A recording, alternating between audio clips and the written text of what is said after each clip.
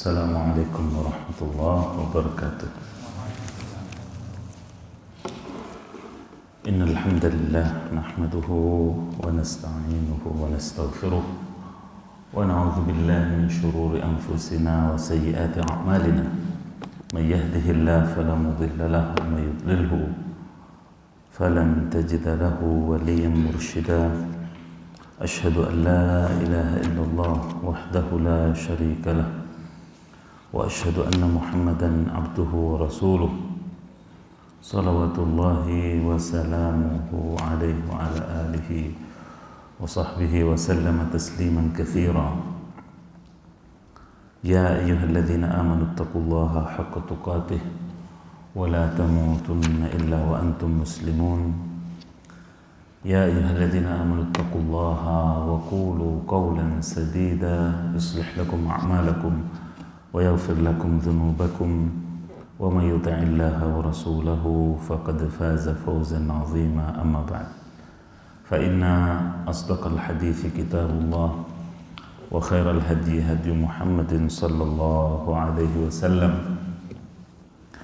وشر الأمور محدثاتها وكل محدثة في دين الله بدعة وكل بدعة ضلالة.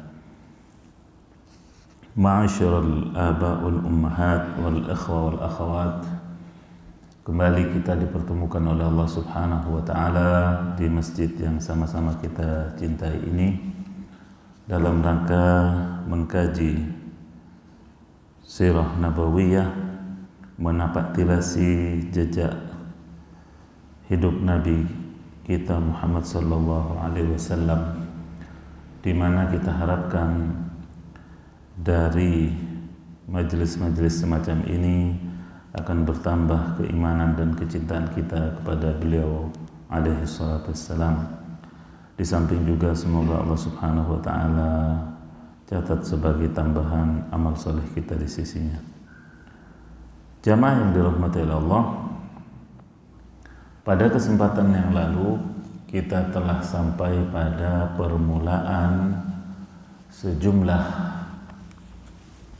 tokoh dari kaum Ansar yang mulai tertarik dengan Islam ketika mereka datang ke Mekah untuk berhaji. Kemudian Rasulullah SAW berjumpa dengan mereka dan mereka menampakkan simpatiknya terhadap dakwah Nabi SAW. Kemudian muallif di sini melanjutkan kupasannya tentang Bai'atul Aqabatil Ula, tentang Bai'at Aqabah yang pertama. Ketika sekelompok dari kaum Ansar yang telah berhaji di Mekah kemudian kembali ke kaumnya, maka mereka pun tentunya bukan hanya membawa oleh-oleh haji berupa karpet dan kurma atau zam-zam kalau sekarang, tetapi mereka juga membawa oleh-oleh yang luar biasa, yaitu berita tentang kenabian dan kerasulan beliau alaihi salatu wassalam. Bahkan mereka pun menjadi duta Islam terhadap kaumnya. Subhanallah. Sehingga falam tabqa darun min duril ansar illa wa fiha dzikrun li Rasulillah sallallahu alaihi wasallam. Sampai-sampai di Madinah itu tidak tersisa satu rumah kecuali menyebutkan nama Rasulullah SAW.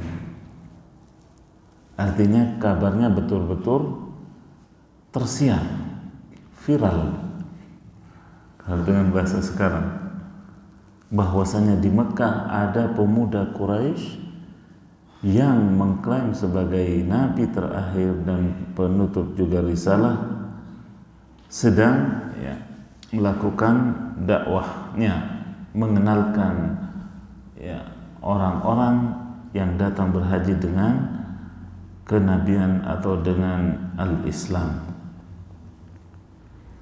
Dan hal itu berlangsung sampai setahun berikutnya, yaitu ketika tahun ke-12 dari kenabian. Wafa mausimul haji 12 rajulan. Datanglah pada musim haji berikutnya, kalau kemarin itu ceritanya di tahun ke-11 kenabian, maka di tahun ke-12 ini datanglah sebanyak 12 orang laki-laki. 2 dari kaum Aus, sedangkan yang 10 dari kaum Khazraj. Bahkan ada 5 orang dari 12 orang itu yang ikut serta pada tahun lalu. Kembali pada tahun berikutnya, 5 orang ini ikut rombongan kaum Ansor. Sebagaimana disebutkan di sini nama-nama mereka dengan rinci. Ada dari kaum Khazraj yang memang terbanyak karena Aus hanya 2, yaitu As'ad bin Zurarah. As'ad bin Zurarah ini nanti akan disebutkan kelebihannya. Kemudian Auf dan Mu'adz ibn al-Harith. Kemudian dari Bani Zuraiq, Rafi' bin Malik al-Ajlani dan Zakwan bin Abdi Qais.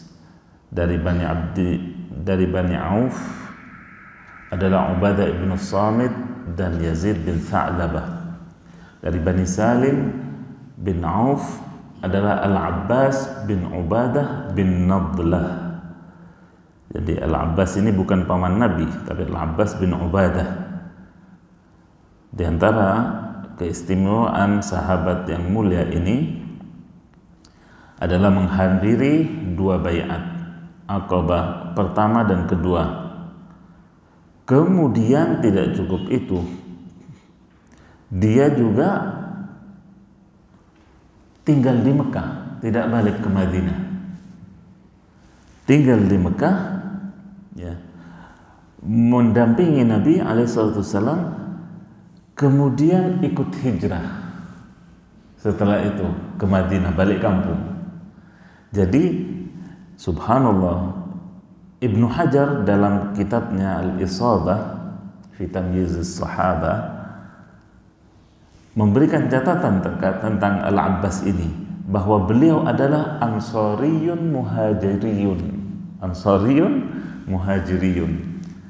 Beliau adalah sahabat dari kaum Ansar, juga sahabat kaum dari Muhajir, karena beliau hijrah juga ke Madinah. Sayang beliau tidak termasuk hadir dalam perang Badar, karena memang perang tidak direncanakan Badar. Namun beliau gugur di perang Uhud. Ini adalah Al-Abbas bin Ubadah bin Nadlah. Kelebihannya. Kemudian ada dari Bani Salimah Qutbah bin Amir, dari Bani Haram bin Ka'ab Uqbah bin Amir radhiyallahu anhum al-ajma'in. Kemudian dari suku Aus, ya, dari Bani Abdul Ashhal Abul Haytham bin At-Tayyihan. Dari Bani Amr bin Auf Uwaim bin Sa'idah radhiyallahu anhu. Mereka semuanya berjumpa dengan Rasulullah di Aqabah. Di mana Aqabah itu? Yaitu di Mina. Aqabah itu di Mina kalau sekarang. Mina, semua jamaah haji tahu Mina, ya, pusatnya di situ. Ya, pertama di Mina, kemudian ke Arafah, kemudian Muzdalifah, balik lagi ke Mina. Ya, di Mina situ, di Aqabah. Di sini apa isi baiatnya? Baiat Aqabah yang pertama ini terdapat perbedaan pendapat ataupun riwayat. Terdapat perbedaan riwayat dalam hal ini, di mana riwayat Ibnu Ishaq menyatakan dari sahabat Ubadah ibn Samit, menceritakan kuntu mimman hadaral aqabah al-ula wa kunna 12 rajulan. Aku termasuk orang yang hadir pada baiat Aqabah yang pertama dan kami semuanya berjumlah 12 orang. Fabaya'na Rasulullah sallallahu alaihi wasallam ala bai'atin nisa. Di sini yang menjadi benang merahnya. Dan kami membaiat Rasulullah seperti kaum wanita membaiat beliau. Nah, di sini yang menjadi porosnya, yang menjadi benang noktah merahnya. Karena apa? Ibnu Katsir menyatakan dalam Al-Bidayah wan Nihayah, yakni ala wafqi ma nazalat alaihi ayatu bai'atin nisa ba'da dzalika amal Hudaybiyah wa hiya fi suratil Mumtahanah ayat 12.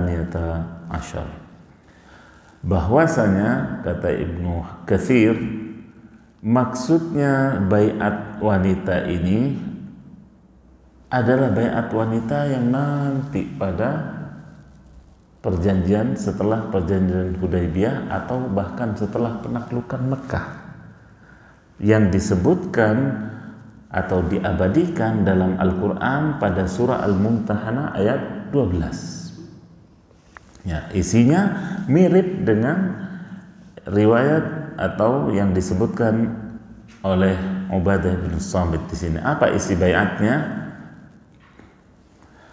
Ala alla nusyrika billahi syai'a.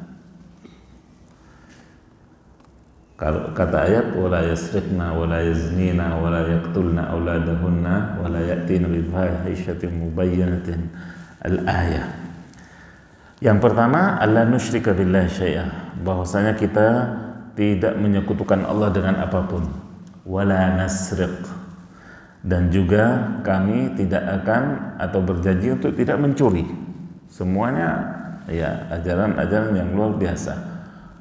Wala nazni, dan tidak berzina, meninggalkan zina, menjauhi zina. Wala naqtula auladana, dan juga tidak membunuh anak-anak kami. Tegakah orang tua membunuh anaknya? Kalau keadaan mungkin ya, kita tidak terbayang. Karena apa? Separah-parahnya keadaan, kalau di kita masih bisa makan sayur. Kalau dia harap mau makan pasir dulu,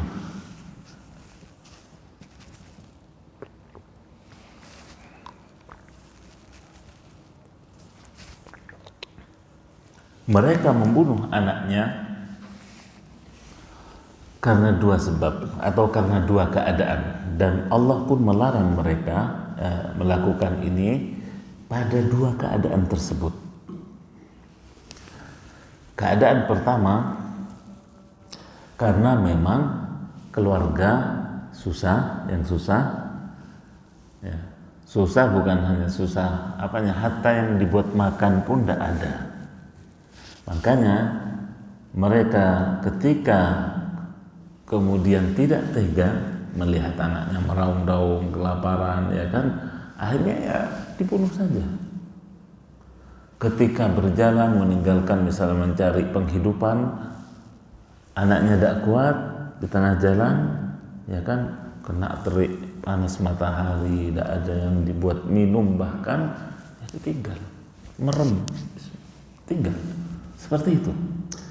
Yang dilarang di sini ketika langsung dieksekusi atau dibunuh karena keadaannya. Ada larangan yang kedua bagi orang yang sebenarnya mampu, maisur, yaitu orang yang mampu namun dia khawatir atau pesimis melihat keadaan sekitarnya, ya, melihat keadaan sekitarnya, maka khawatir apa, anaknya nanti juga ikut makan punya dia. Biasanya dorongannya adalah bakhil atau kikir, ikut makan punyanya dia, kemudian habis hartanya daripada dihabisin seperti itu. Namun dua-duanya adalah tercela dan terlarang, baik karena keadaan sendiri si orang tua itu melarat, ataupun karena ya was-was atau perasaan kikir sehingga khawatir anaknya ikut menghabiskan hartanya. Na'udzubillah. Wala naqtul auladana. Makanya di antara isi baiatnya ini, dan agar kami tidak membunuh anak-anak kami apapun keadaannya. Wala na'ti bibuhtanin naftarihi baina aidina wa arjulina. Dan juga kami tidak berdusta mengarang-ngarang perkataan maupun perbuatan dengan tangan maupun kaki kami. Karena jenis dusta tentunya ada dengan lisan, ada juga dengan perbuatan, dan perbuatan itu biasanya sumbernya apa? Dengkul, tangan dan kaki yang berdusta, yang tanda tangan palsu. Stop. Tangannya, ya kan, yang melangkah kepada, ya itu, kaki, tangan dan kaki. Wala na'sihi fi ma'rufin, dan agar kami juga tidak menyelisihi Rasulullah SAW dalam hal yang ma'ruf.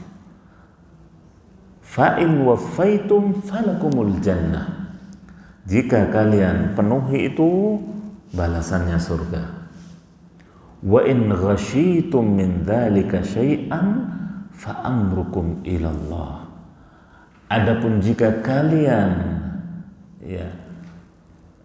berdusta ataupun menyelisihi hal tadi, kesepakatan atau baiat, isi baiat tadi satu saja, maka urusannya kalian nanti dengan Allah. Insya adzab wa insya ghafar. Kalau Allah berkehendak, Allah akan mengadab pelakunya ini dengan keadilannya. Kalau Allah berkehendak, bisa mengampuni dengan ampunannya yang luas. Sedangkan dalam riwayat Bukhari dan Muslim disebutkan dari sahabat juga Ubadah bin Samit menyatakan bahwasanya Rasulullah SAW bersama para sahabatnya wa haulahu isabah. Beliau sedang dikelilingi oleh para sahabatnya yang berjumlah isabah. Isabah ini yaitu sejumlah orang antara 10 sampai 40. Itu isabah namanya. Seapa namanya? Ada namanya kalau dalam bahasa kita. 10 sampai 40 orang apa namanya? Satu kompi. Kalau militer mungkin itu ya. Al-muhim, para sahabat yang berjumlah kurang dari 40 itu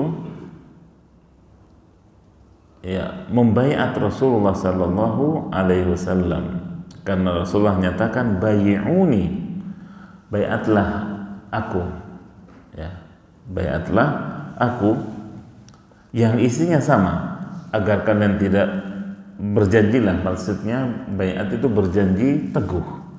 Berjanji teguhlah denganku agar kalian tidak menyekutukan Allah dengan apapun. Jangan mencuri, jangan berzina, jangan membunuh anak kalian, jangan berdusta dengan tangan ataupun kaki kalian, dan jangan menyelisihi dalam perkara yang ma'ruf.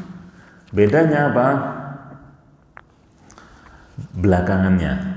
Faman waffa minkum fa ajruhu 'ala Allah. Yang menepati perjanjian teguh ini, maka pahalanya sudah tercatat di sisi Allah. Pahalanya sudah tercatat di sisi Allah. Kalau tadi dalam riwayat yang pertama, langsung bagi kalian adalah surga. Riwayat Ibnu Ishaq. Al-Bukhari menyatakan maka pahalanya telah tercatat di sisi Allah. Wa man asaba min dzalika syai'an fa'uqiba bihi fid dunya fahuwa kafaratul lah. Kalau ada pelanggaran satu dari hal-hal tadi, yang larangan-larangan tadi, maka bila dihukum di dunia, maka itulah penebusnya. Wa man asaba min dzalika syai'an tsumma satarahu Allah fahuwa ila Allah. Adapun yang melakukan pelanggaran dari butir-butir larangan tadi, kemudian Allah tutupi perkaranya, artinya tidak sampai ketahuan, tidak sampai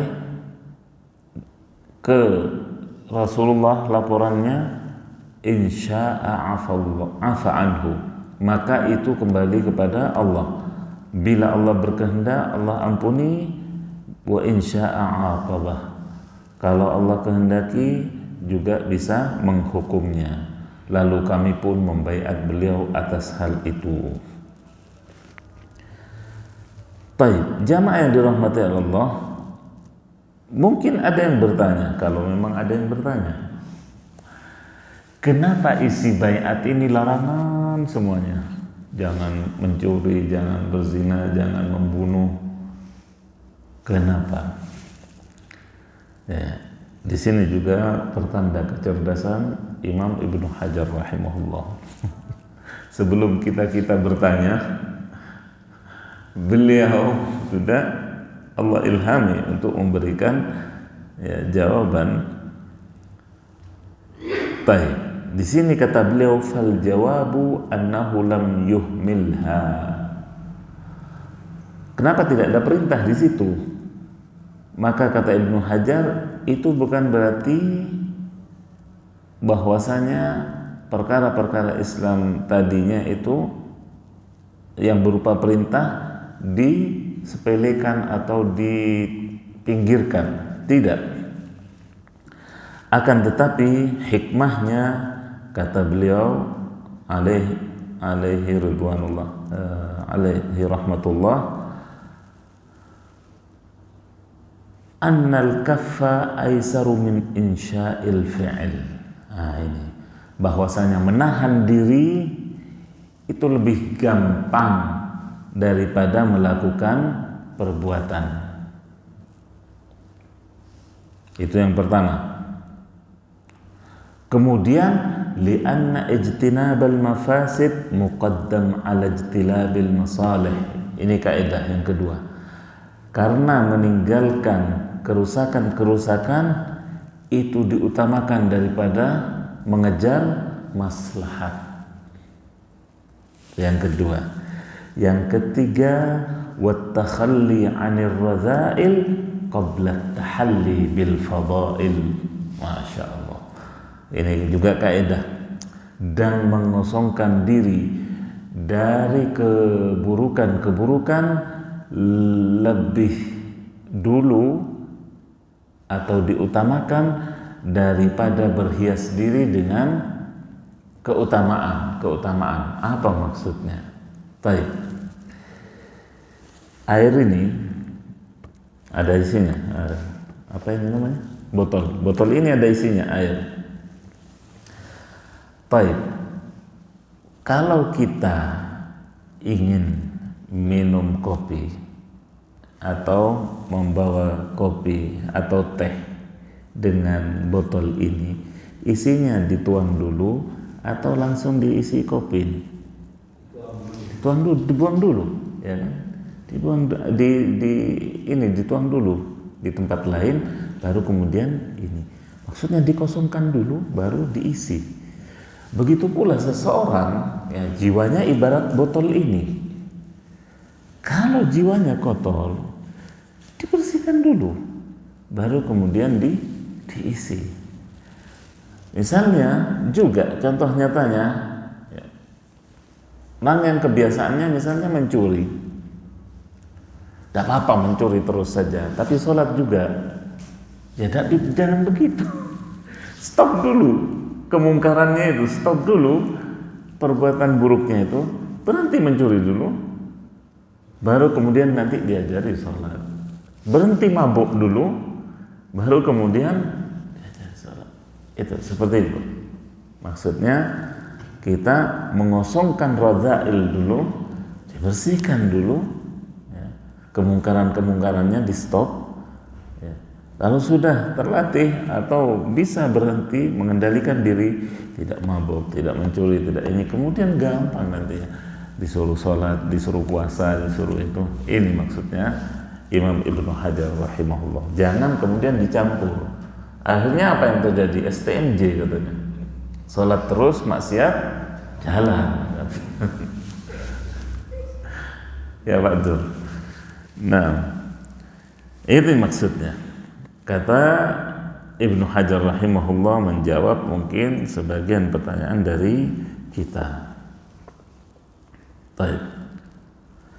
Juga dari sini, dari akhir daripada riwayat dari Imam Bukhari dan Muslim di sini, yaitu sabda Nabi, wa man asaba min dzalika syai'an fa'uqiba bihi fid dunya fa huwa kafaratul lah.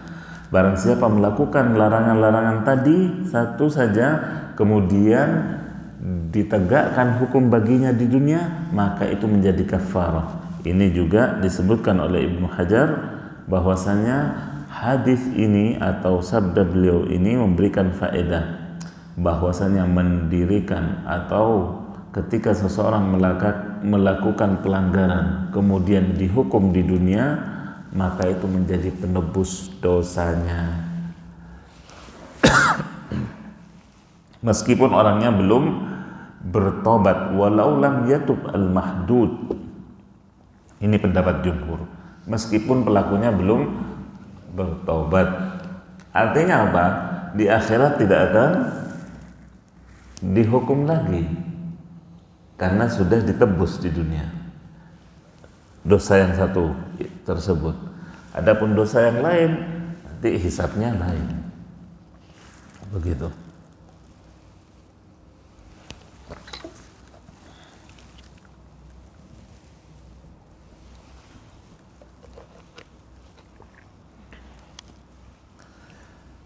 Kemudian beliau lanjutkan,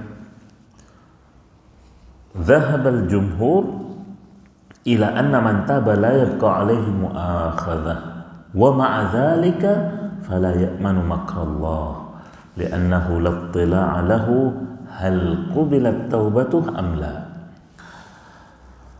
Juga sebagai penebus tadi dosanya ketika ditegakkan hukum, juga tidak akan dituntut nanti di akhirat tentang dosa tadi, tentang dosa mencuri atau dosa mabuk misalnya atau zina. Akan tetapi kata Ibnu Hajar, jangan kemudian dengan begitu merasa lega karena dia tidak aman dari makar Allah. Maksudnya makar Allah gimana? Itu tadi ada dua kemungkinan. Kalau Allah berkehendak, Allah ampuni begitu saja. Kalau Allah berkehendak, Allah hukum dengan keadilannya. Nah, karena kata Ibnu Hajar, tidak ada seorang pun yang tahu diterima tidak taubatnya pendosa ini. Meskipun tentunya tetap berhusnudzon kepada Allah, tapi jangan kemudian kepedean gitu. Tobat saya diterima. Lu siapa yang ngasih bocoran kalau tobat kita diterima oleh Allah? Itu maksud Ibnu Hajar rahimahullah. Nah, kemudian ya, di sini Ibnu Katsir rahimahullah dalam Al-Bidayah wan Nihayah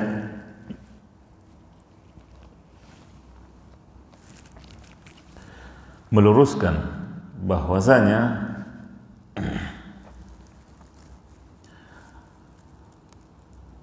wa qawluhu ay Ibnu Ishaq ala bai'atin nisa ala wifqi ma nazalat alaihi ayatu bai'atin nisa ba'da dzalika 'amal Hudaybiyah wa kana hadza mimma nazala ala wifqi ma bai'a alaihi ashabuhu lailatal 'aqabah. Dan perkataan Ibnu Ishaq kata Ibnu Katsir tentang baiatnya kaum wanita seperti yang dikisahkan dalam surah Al-Mumtahanah tadi, adalah kejadiannya setelah perjanjian Hudaybiyah, nanti di tahun ke-8 kira-kira ya. Sedangkan ini 8 Hijriah, sedangkan ini masih tahun 12 kenabian, masih 8 tahun lagi ya, kata Ibnu Katsir. Namun kemudian isinya sama dengan baiatnya para sahabat laki-laki, ya kan? Isinya sama, agar jangan mencuri. Maka ini bukan sesuatu yang aneh, kata Ibnu Katsir. Wa hadza laisa bi'ajib. Bukan sesuatu yang aneh, karena Al-Qur'an berapa kali turun sesuai dengan perkataan Umar bin Khattab. Ya kan? Qur'annya belum turun, Umar bin Khattab yang minta kepada Nabi agar misalnya tentang azan, tentang hijab, ya, tentang banyak hal, ya. Bahkan ada satu kitab Muwafaqat Umar bin Khattab. Namanya kitab itu tentang perkataan-perkataan Umar bin Khattab yang kemudian dibenarkan oleh Al-Qur'an. Ya. Maka kata Ibnu Katsir di sini, tidak heran kalau kemudian terjadi seperti yang diperselisihkan tadi tentang isi daripada baiat yang mirip antara baiatnya para sahabat lelaki dan para sahabat wanita. Boleh jadi juga ini bagian dari ya wahyu yang tidak dibacakan. Ya, maksudnya apa? Mansukh. Boleh jadi ini bagian dari ayat yang mansukh. Ya. Wallahu a'lam.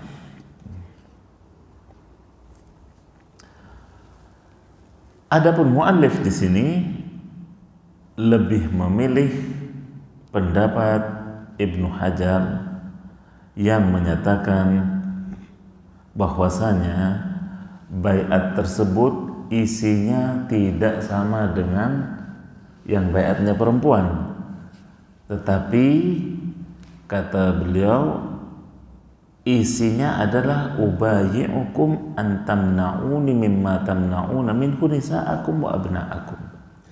Baiat Nabi hanya isinya di bai'ah Aqabah pertama ini agar kalian menjaga keselamatanku sebagaimana kalian menjaga anak-anak kalian dan istri-istri kalian.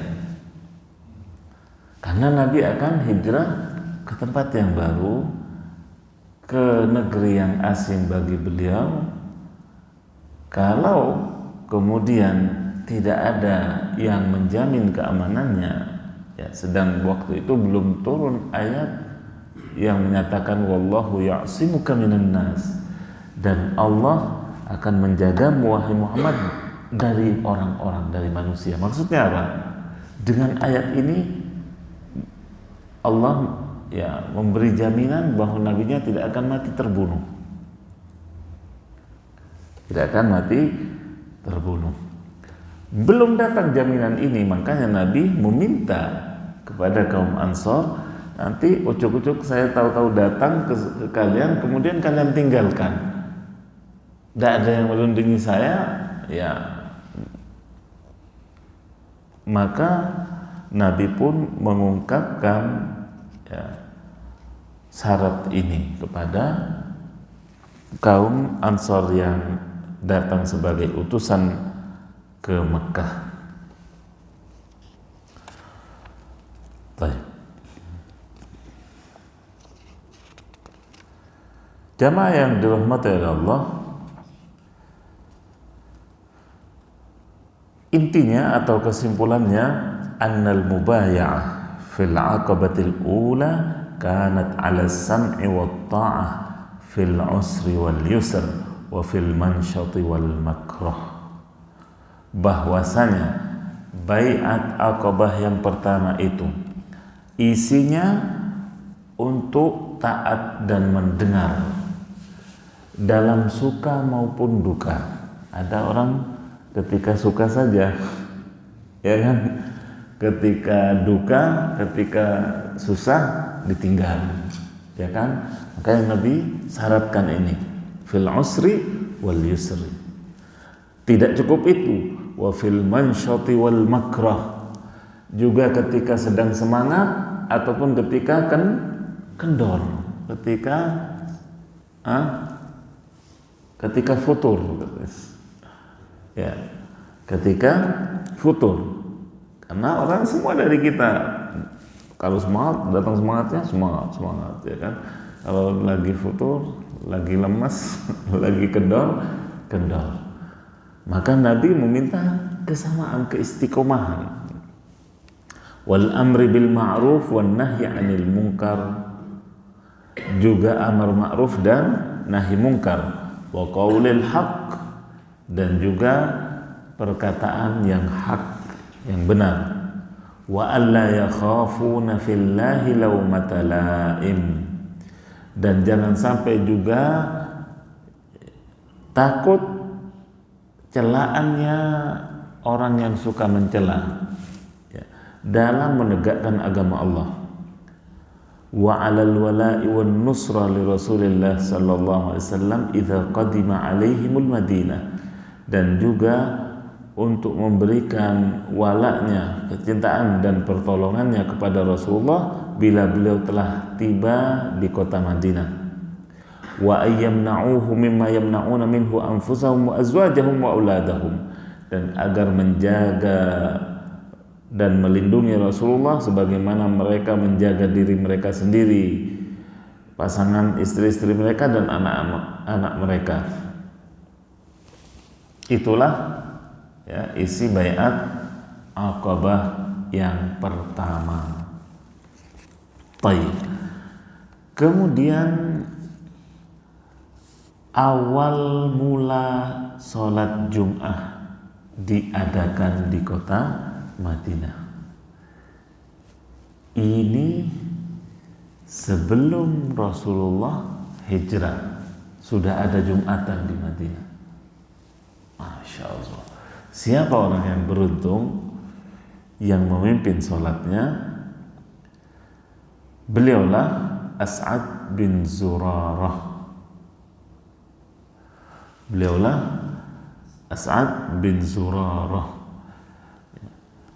Ini bisa dijadikan kuis dan hadiahnya cukup layak untuk umroh ini, karena tidak semua tahu. Lumayan sulit ini. Ya, bahwasanya beliau juga adalah orang yang membaiat Rasulullah sallallahu alaihi wasallam di Bai'atul Aqabah al-Ula. Nah.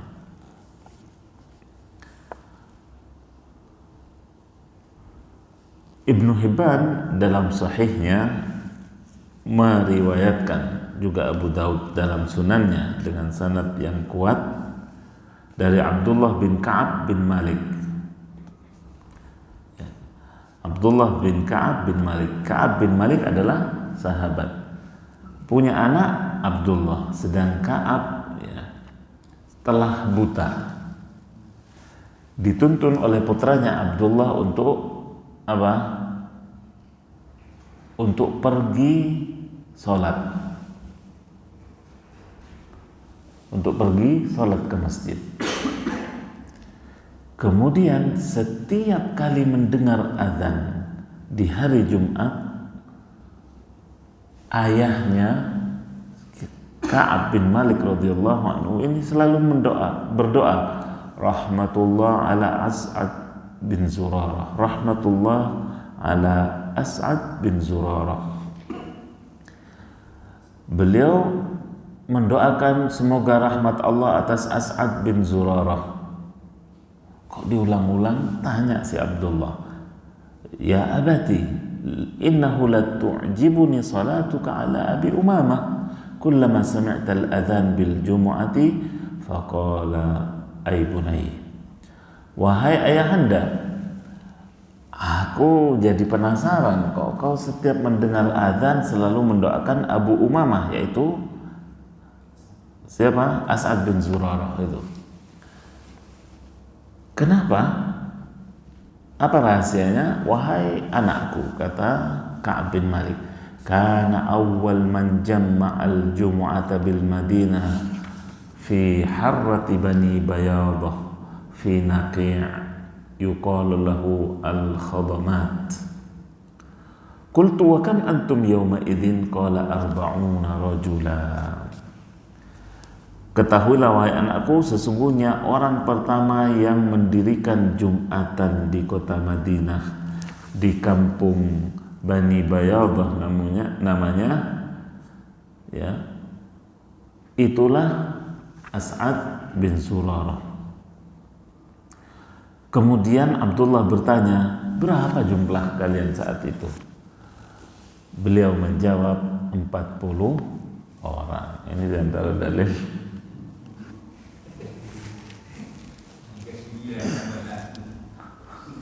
plus imamnya.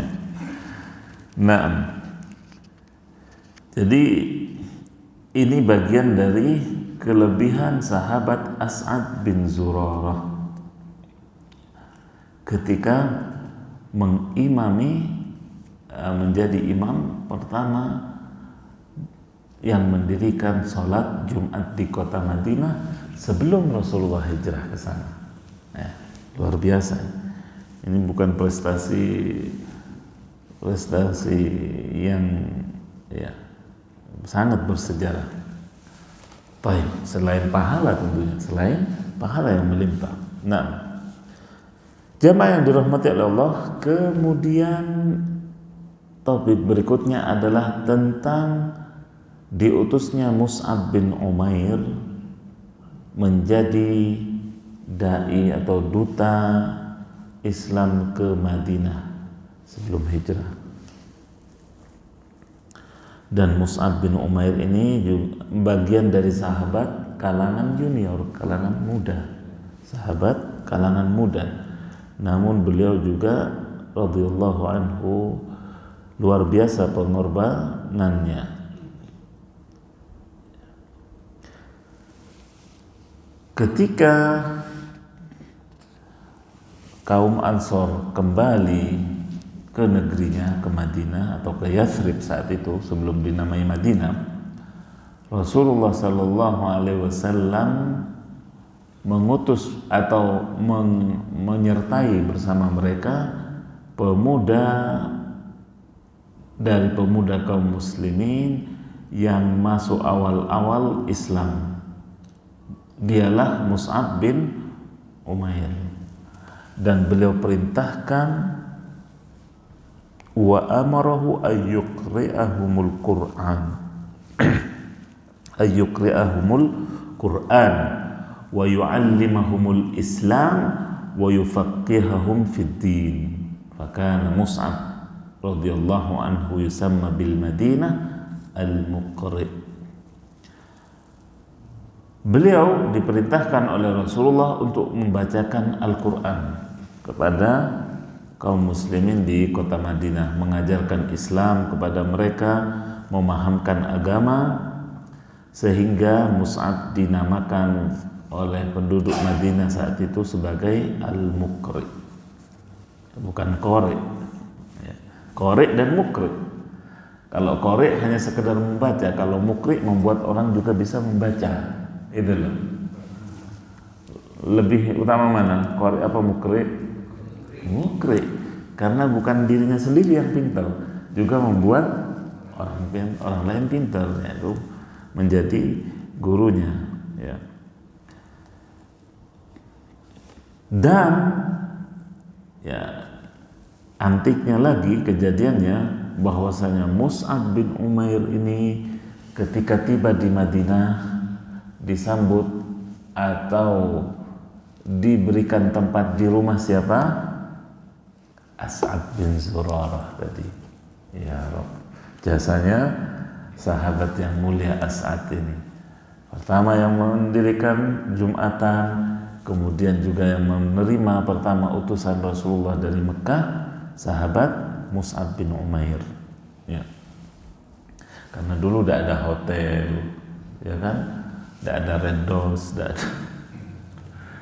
Maka ya, begitulah mereka yang mampu atau mereka yang punya tempat yang cukup menerima tamu. Akan sampai saya pun masih mendapati bagaimana caranya orang dulu ya ketika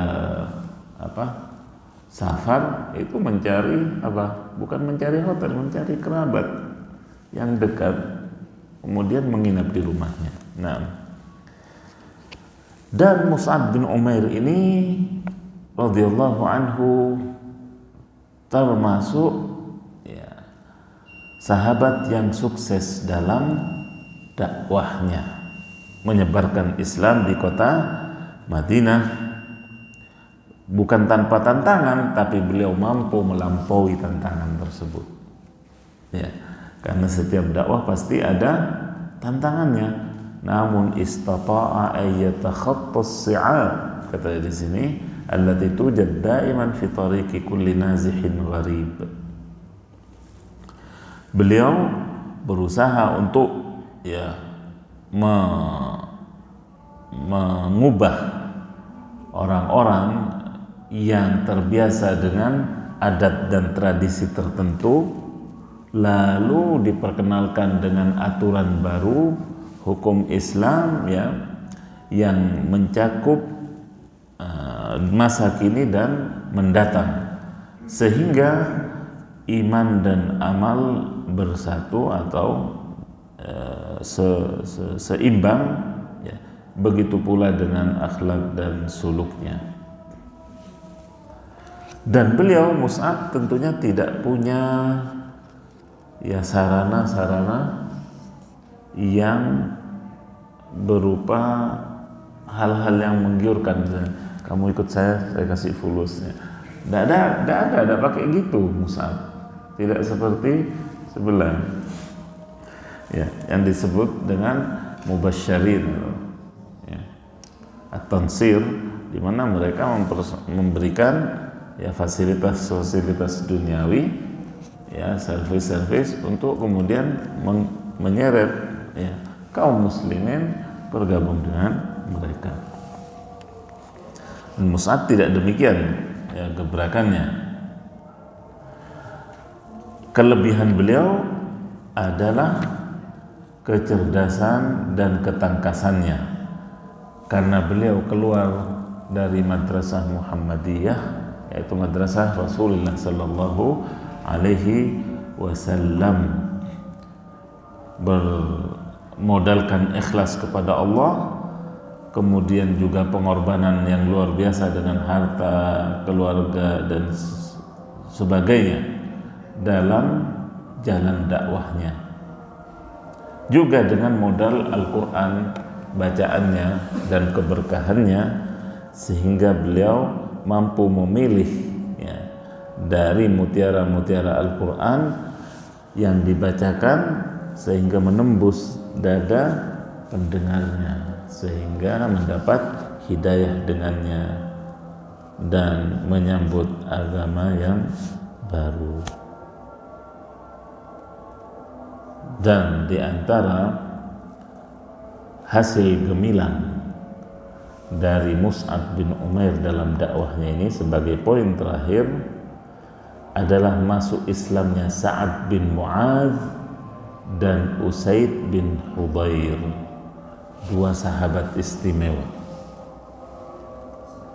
Sa'ad bin Mu'adz dan Usaid bin Hudhair.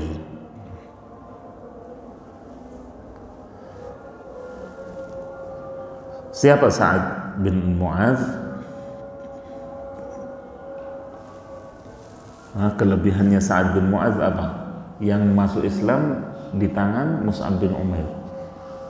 Tiket umroh yang tidak dimiliki oleh sahabat hatta muhajir. Sa'ad bin Mu'adz radhiyallahu anhu ketika wafat, ihtazza arsyur rahman, dikatakan arsy Allah itu berguncang karena kematian Sa'ad bin Mu'adz. La ilaha illallah. Kalau dan ini tidak ada karomah ini tidak dimiliki oleh sahabat sebelum dan sesudahnya, tidak ada. Ya, karena melalui tangan beliaulah nantinya satu kabilah itu masuk Islam. Nah, satu kabilah masuk Islam. Nah, kalau sudah satu kabilah ini ya ribuan orang itu. Ya, subhanallah. Demikian barangkali apa yang bisa saya sampaikan pada kesempatan kali ini. Mudah-mudahan bermanfaat. Ada pertanyaan? Kalau saya bisa menjawab pertanyaannya, tiket.